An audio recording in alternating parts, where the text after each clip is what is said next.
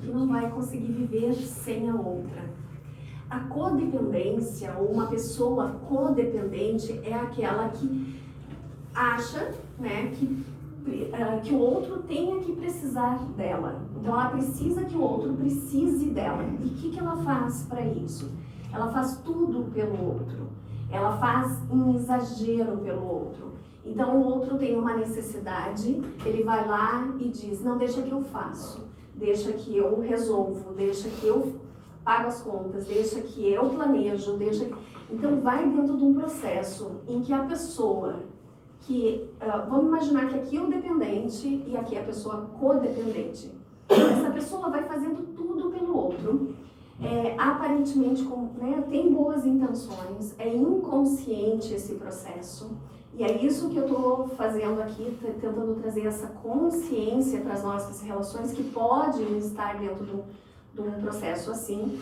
Então, essa pessoa que é a codependente, ela vai agindo de uma forma assim, com boas intenções, mas vai manipulando, vai controlando as ações desse aqui, até a ponto de isolá-lo do convívio social.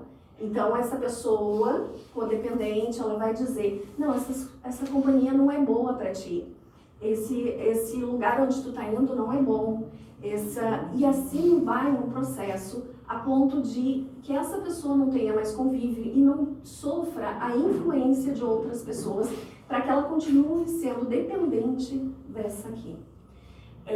Então, isso acaba sendo uma relação tóxica, ambos se enfraquecem.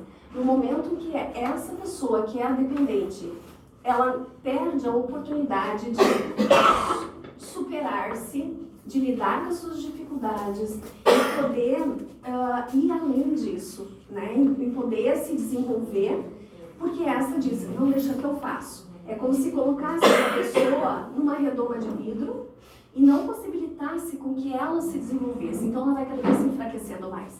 E o que acontece? Às vezes isso é uma relação de casal, às vezes é de mãe com filho, pai com filho, de colegas de trabalho. Então tem vários níveis, né, dessas relações. E quanto mais vocês se identificarem ou identificarem alguém numa situação assim, mais comprometida de alguma forma essas pessoas estão nessa relação. E aí há que entrar um tipo de terapia para que haja esse desvínculo e as pessoas possam viver de uma forma livre e realmente se amarem. O que acontece? O codependente, ele acha que ele não é amado por essa pessoa. Ele acha que ele não é suficiente. E ele acha que só dizendo sim para tudo que essa pessoa precisa, quer, deseja, que ele vai se sentir amado. No entanto, existe uma baixa autoestima dessa pessoa, existe uma falta de amor próprio e que faz com que, independente do que essa pessoa fizer e demonstrar o amor por ela, ela não vai perceber esse amor. Ela vai continuar não se sentindo amada. Então, essa pessoa precisa de uma terapia, essa pessoa precisa de uma terapia. E aí, a questão, assim, que eu disse, né? Ela pode não se sentir o suficiente. Deixa eu só seguir aqui. Então, essa pessoa dependente, ela se sente cuidada, mas aos pouquinhos ela vai perdendo a confiança nela. Então, acontece às vezes de um casal que é dependente e codependente e eles se separam. E de repente essa pessoa que era dependente dessa aqui, ela se sente absolutamente perdida. Nossa, como eu vou sobreviver agora? Como eu vou pagar as minhas contas? Como eu vou dar conta? Como eu vou lidar com a minha casa, com a minha vida sozinha? Se essa pessoa aqui fazia tudo pra mim. Então, e às vezes acontece o contrário, né? A separação, o codependente, ou ele acha outra pessoa, né? Para torná-la dependente, ou ele também vai ter esse conflito, essa dificuldade de lidar e vai tentar trazer muitas vezes essa pessoa que saiu dessa relação de volta para a relação.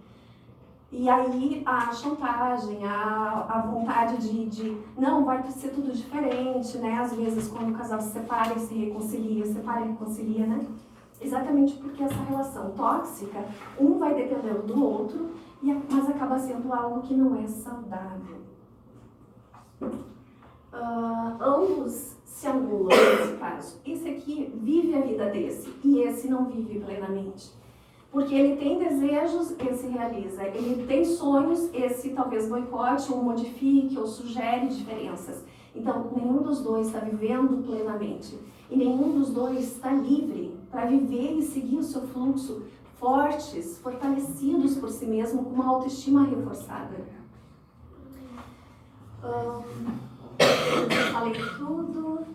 Às vezes esse aqui, ele se sacrifica, né? Ele deixa de fazer coisas para ele se anula em prol do outro, mas no fundo, né, é aparentemente por amor, com boas intenções, mas no fundo existe um processo assim um pouco narcisista no sentido, veja como eu sou bom, veja como eu me sacrifico por você, veja como eu abro mão das minhas coisas e da minha vida por você. E isso tem um preço que esse aqui vai pagar, né? E esse preço, às vezes, é a culpa. Ele se sente culpado por tanto que esse aqui está dando, e mesmo que ele não tenha pedido, né? Então, esse aqui anula a sua vida em função desse, e esse aqui vai passar eternamente responsável por isso e culpado. Então, o convite para vocês é... entendam a situação, ninguém faz isso por mal, normalmente é inconsciente, a pessoa não tem essa consciência de que isso está acontecendo. Se for o caso na vida de vocês, relaxem, tá tudo bem e vão aos pouquinhos quebrando esses laços tóxicos um com o outro. Aprendam a amar-se para amar o outro de verdade e não precisar estar nessa balança nem dependente nem codependente. Que o outro não precise de ti para viver. Isso é desapego. É entender que, nossa, eu te amo tanto que eu desejo que tu seja livre e feliz e que tu seja forte e tu siga para a tua vida, comigo ou semigo. Isso é amor de verdade. Agora, se eu desejo que a outra pessoa fique só do meu lado, isso é apego e é tóxico. E é complicado e cai dentro disso aqui que eu trouxe para vocês, tá? Então, eu tenho um tempinho para fazer uma vivência. Então, eu convido vocês a fecharem um pouquinho os olhos, a fazer uma respiração profunda. Inspirem, usando toda a capacidade